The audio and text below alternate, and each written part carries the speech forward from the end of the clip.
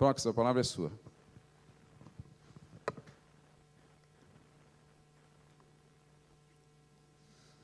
Bom dia, pessoal. Vamos falar de otimização de malha de controle. Isso é um assunto que está bastante na moda agora, né, com a indústria 4.0. Está começando a ficar cada vez mais barato, mais fácil, muita gente aplicando, né? Mas eu, em vez de focar muito em falar de algoritmos e tecnologia, que é até complicado de entender e de explicar nesse curto espaço de tempo, eu decidi falar sobre a aplicação disso e como a gente pode trazer benefícios e em que áreas isso atua, porque eu vejo que o mercado ele ainda tem uma dificuldade de entender bem como isso pode ser aplicado. E há muita gente que vem com algoritmos avançados e algumas técnicas, mas, na verdade, o controle avançado já está aí há 40 anos já, né? E tem muita coisa que ainda não é aplicado, mas hoje está mais barato, mais prático, mais fácil. A gente tem uma solução aqui nacional, bem competitiva. Então, a gente vai focar em como a gente pode aplicar isso e onde a gente tira resultado com o controle avançado, né? Eu vou focar, então, nas oportunidades de processo que a gente tem de melhoria, comentar um pouco das tecnologias e quais os benefícios que a gente ganha em aplicar a tecnologia mais avançada. Como exemplo, para ilustrar mais facilmente, eu peguei uma caldeira, que é uma coisa que praticamente toda planta tem caldeira, né? Então, é um processo que eu acredito que a maioria entende, para citar alguns exemplos de aplicação.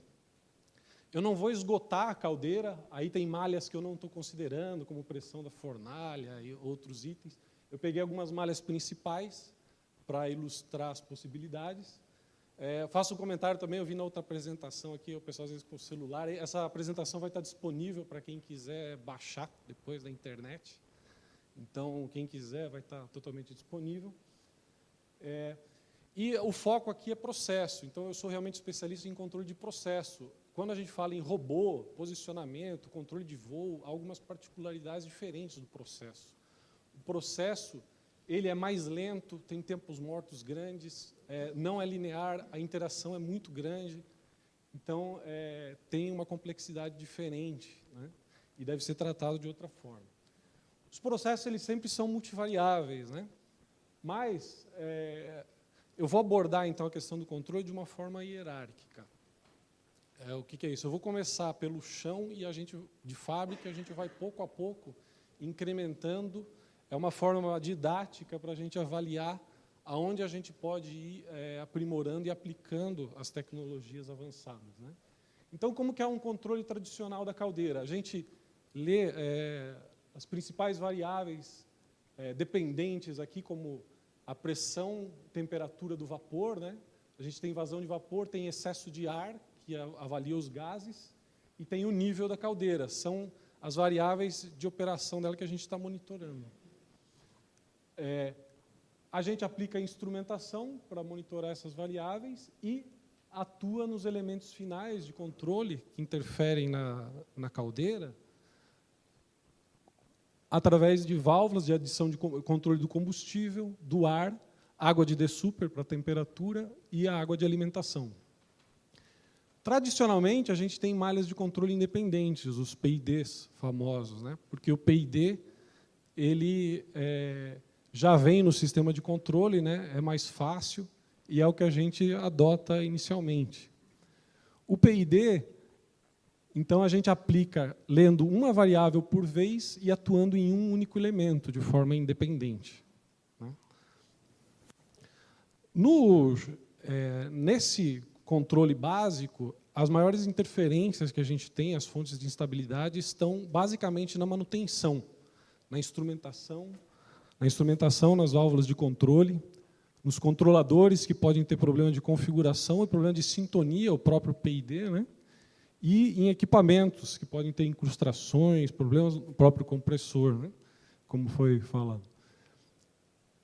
Um estudo da ISA, feito no mercado norte-americano, básico, levantou que nas plantas avaliadas de processo, nos Estados Unidos, né, que é um mercado até um local normalmente de maior investimento e preparo que nós, né, 30% das válvulas das malhas avaliadas tem algum tipo de defeito, esterese exagerada, agarramento, má calibração.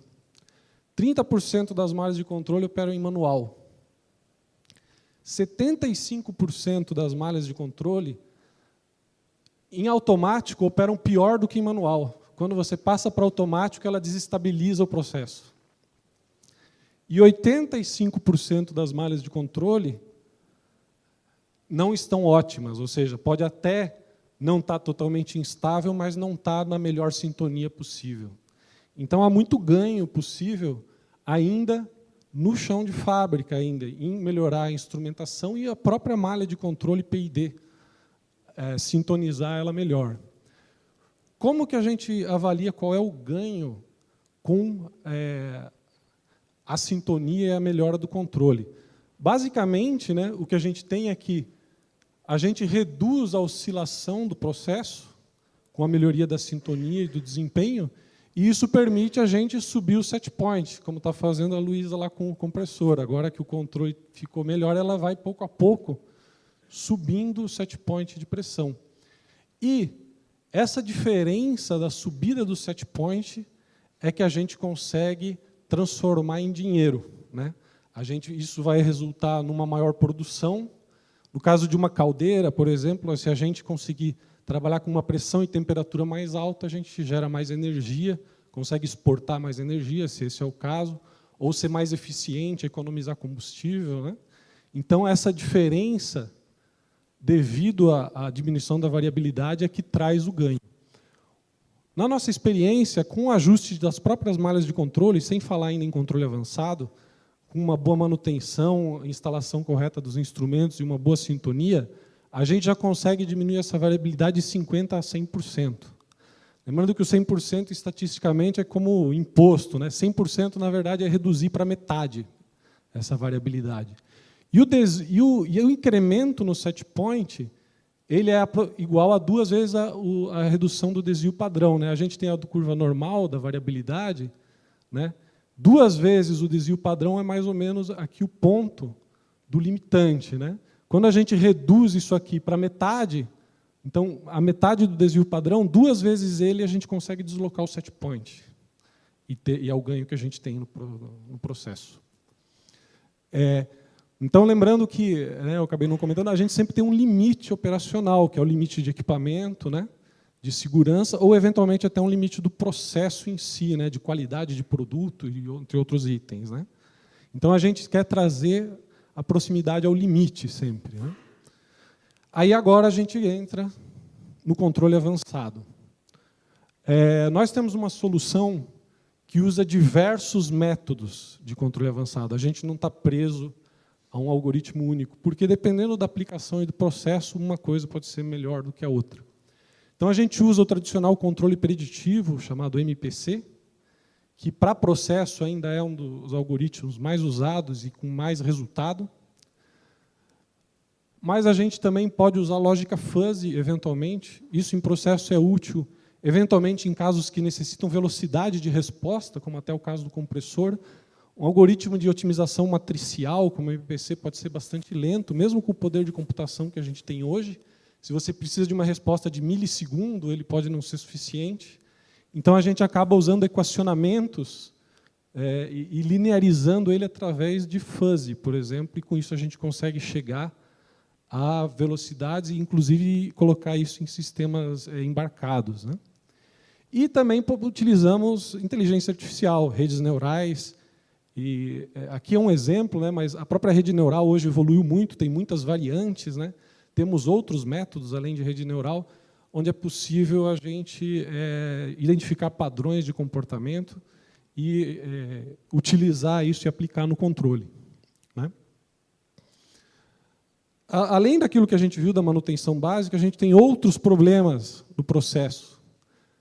Distúrbios típicos de processo são as interações entre as malhas, entre os diferentes equipamentos, né, não linearidades, variações nos insumos, na matéria-prima, e também variações no ambiente, chuva, dia e noite, e, eventualmente, até a sazonalidade, né, as estações do ano.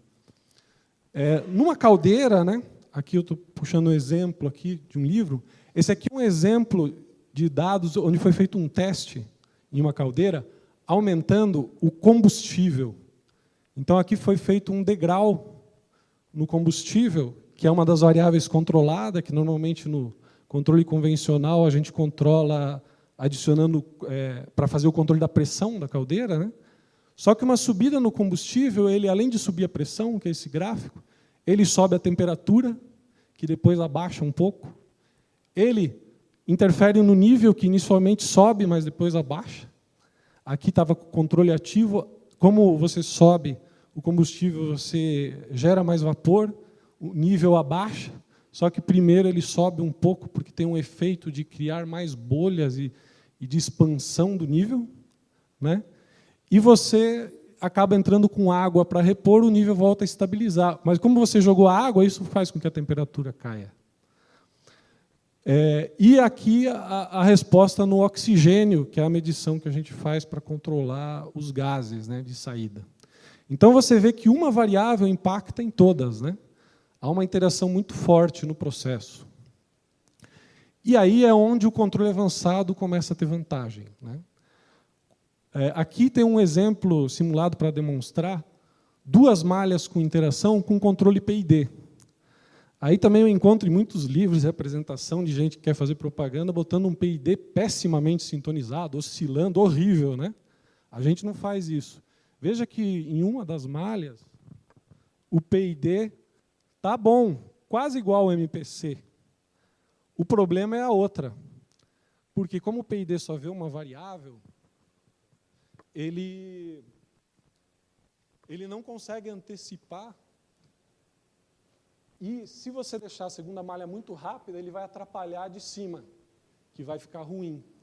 Já o MPC consegue ver as duas coisas ao mesmo tempo e atuar para corrigir e consegue manter o mesmo grau de desempenho em todas as malhas, né? Então, aí entra o ganho do MPC. Então, lá na caldeira, ao invés de ter uma malha para cada um, a gente tem um controle, o MPC, no caso, é uma das aplicações, que é o controle preditivo, que analisa múltiplas variáveis simultaneamente. Outra coisa que a gente tem um ganho com o MPC é o uso de distúrbios. Ele consegue tratar bem outras variáveis que podem gerar distúrbio no processo. No caso da caldeira, por exemplo, ela é uma fornecedora de vapor para o processo. O consumo do processo, eu coloquei aqui nessa linha, existem válvulas manipuladas em toda a planta que interferem. A gente pode tratar isso e antecipar, e, com isso, manter o controle mais em cima, né? Muitas dessas coisas podem ser feitas com PID, a gente faz isso também. Processo simples, só duas variáveis, como aquela que eu mostrei, é possível equacionar no PID. Mas, quanto mais complicado vai ficando, mais difícil é fazer no PID e mais vantajoso é colocar um MPC. Processos lentos também, com grande tempo morto, o MPC tem um desempenho superior ao PID, né? Outro ponto importante que a gente usa bastante, que entra nesse controle aí, é os sensores virtuais. Existem muitas variáveis que a gente não consegue monitorar online o tempo todo. Então, a gente consegue monitorar outras variáveis indiretas e equacionar isso, seja aqui um exemplo com inteligência artificial, né, que é uma aplicação boa para isso, mas a gente usa também algoritmos estocásticos que dão mais robustez. A rede neural ela tem que ser tratada com cuidado, aí, porque no Google, se ele erra na tradução, não tem problema, né? A gente entende no contexto. O processo, se ele erra no controle, pode explodir, né? Então, a gente não pode deixar errar, né? Então, não é a mesma coisa que uma rede neural simples, né? Então, no caso de uma caldeira, uma coisa que a gente faz, a gente trabalha muito em usina de açúcar e álcool, com biomassa, e o bagaço varia muito. Então, a cana, né, ela vem com terra, com umidade, chove, muda completamente. Então, a gente usa soft sensors para fazer análise da umidade, de teor de fibra da cana em linha, que equipamentos para isso hoje são caríssimos e não funcionam também, não tem uma precisão. Com o soft sensor, a gente consegue fazer melhor do que os equipamentos disponíveis para medição online. Então, a gente coleta dados de laboratório, que são mais precisos, e calibra os nossos sensores virtuais para avaliar isso aí. Então, a gente tinha lá o nosso controle tradicional, que a gente já melhorou um pouco, né, a variabilidade, agora a gente entrou com o controle avançado. Ixi, apaguei a tela. O controle avançado, tudo isso que eu estou falando, ele vai reduzir ainda mais a variabilidade. Normalmente, ele reduz mais uma vez para a metade de novo. Tá? Então, a gente vai conseguir subir mais o set point. Só que não para por aí. Esse é um grande ponto. Eu vejo muito no mercado gente trabalhando, vamos controlar, melhorar, colocar o controle avançado, só que é uma falta de conhecimento de processo, eu sinto. Muitas empresas precisam que o cliente fale para ele qual é o set point que tem que controlar. Né?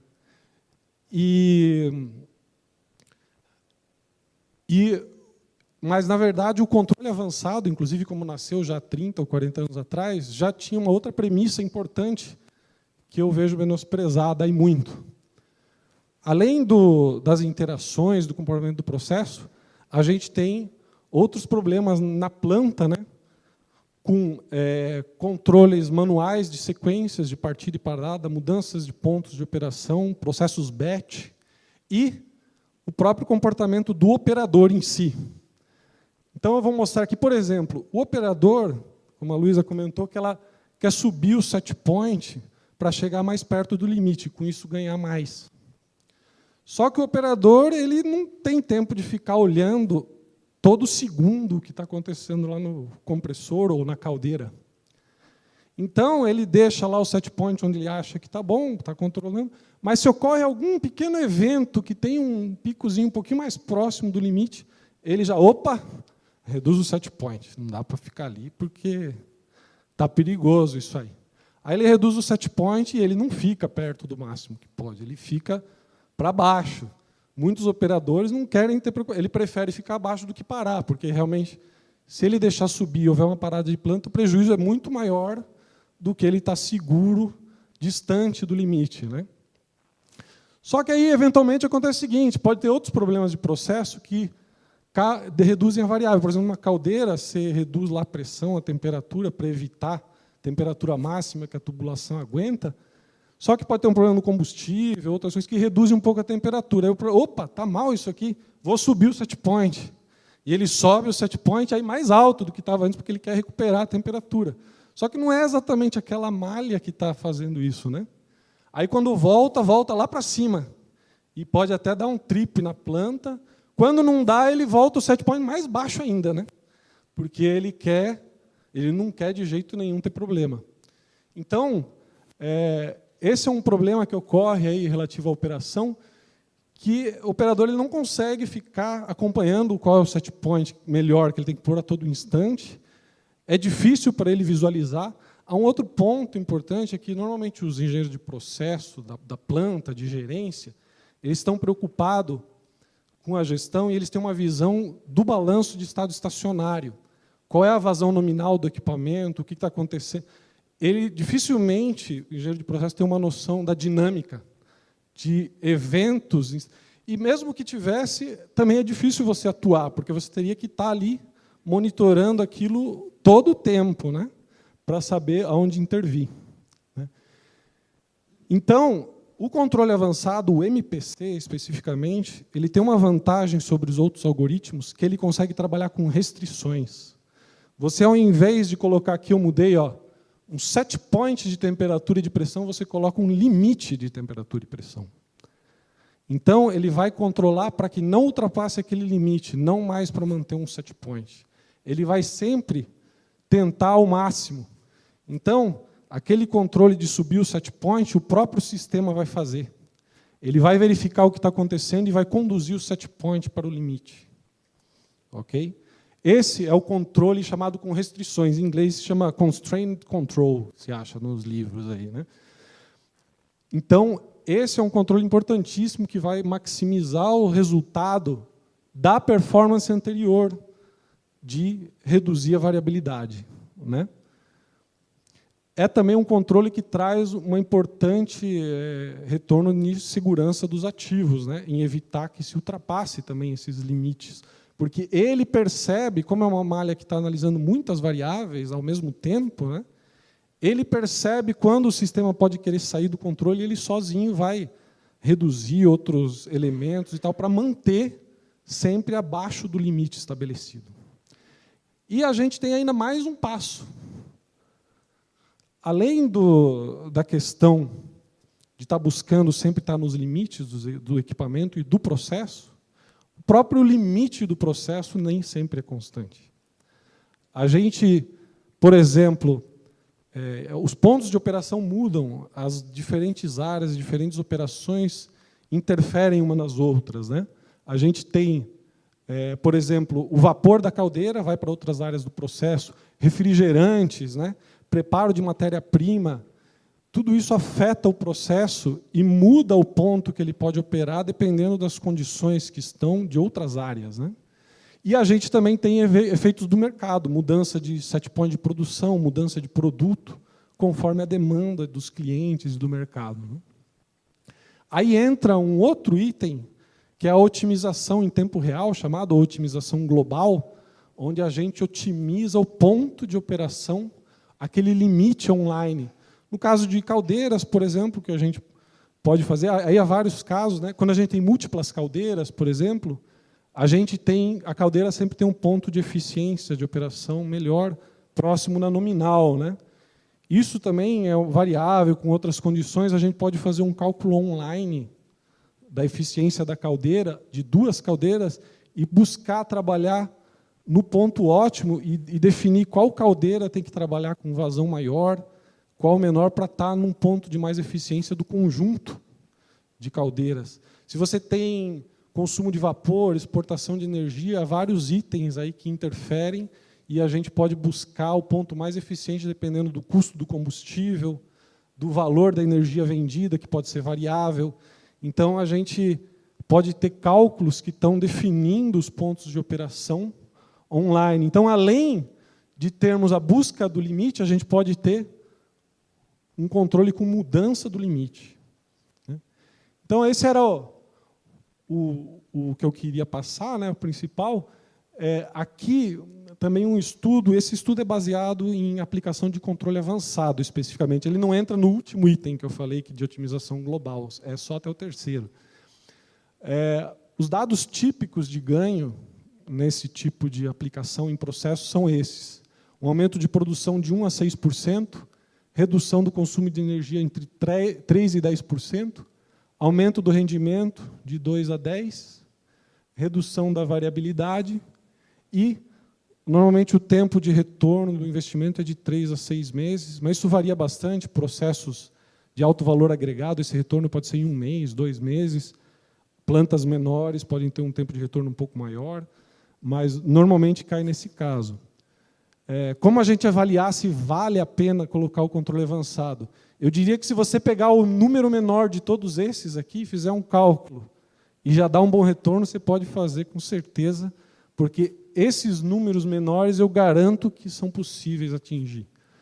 A gente normalmente atinge da metade para cima, porque no Brasil normalmente as coisas estão bem mal controladas e é possível melhorar bastante, né? Às vezes nem mesmo com o controle avançado, só na sintonia de malha inicial já tem um ganho significativo, né? Aqui a gente tem alguns casos de aplicação, só para citar. A gente tem um controle de caldeira numa unidade de usina da Ativus, né, que era a antiga Odebrecht. Lá a gente tem instrumento virtual para medição de umidade, bagaço e O2 em linha, né, e temos o controle avançado aplicado na caldeira. O ganho lá de produção de vapor foi de aproximadamente 6%. Isso, para eles, resultou em maior exportação, porque todo o vapor que eles produzem, eles conseguem exportar lá. E o próprio controle melhorado da pressão e da temperatura, resultando numa melhor estabilidade para a turbina, também aumentou a eficiência de geração da turbina, em aproximadamente 2%. Isso calculado, tá, na produção deles, a gente fez um cálculo até conservador, para 5% aqui, o estimado de retorno em um ano, em uma safra, de aproximadamente 5 milhões de reais e 1 milhão e 100 relativo ao aumento de eficiência da turbina. Total de 6 milhões e 200 mil reais de benefício com a aplicação do controle avançado. A gente tem também uma aplicação, um outro exemplo, né, temos mais, mas um outro exemplo de controle de pH, aí também em uma usina do grupo Delta, que houve uma redução de variabilidade do pH de quase 200%, ou seja, quase o máximo que está falado lá, né? O pH, no caso de uma usina, ele tem um impacto grande na perda de açúcar por inversão da sacarose e também na inibição da fermentação, né? O excesso de cal, que é usado no controle de pH. A gente, com o nosso controle, reduzimos insumos e o ganho que a gente estimou por aquele método de reduzir a variabilidade lá, né? A gente conseguiu estimar um ganho na fermentação e de redução de perda de inversão de aproximadamente aí 1,5 milhão na fermentação e quase 1 milhão na inversão do açúcar, resultando um ganho de quase 2,5 milhões de reais com a aplicação do controle avançado, né? Aqui, não sei se vai dar para enxergar, está bem ruim, acho que não sei se dá para apagar a luz aí, ó. Mas essa apresentação vai estar disponível, né? Aqui é o exemplo de como era o controle PID antes. Se você for olhar, não era tão mal, era oscilatório, mas só que depois, no controle avançado, a estabilidade foi muito maior, né? A gente tem aí sensor virtual da fibra da cana, a gente analisa a temperatura, a gente lê 4 variáveis que interferem no controle de pH, quando normalmente o PID só vê o pH e atua em uma válvula, né? Então, foi aí que a gente conseguiu esse ganho bastante significativo. Então, é isso aí, pessoal. Agradeço aí a SPI pela oportunidade.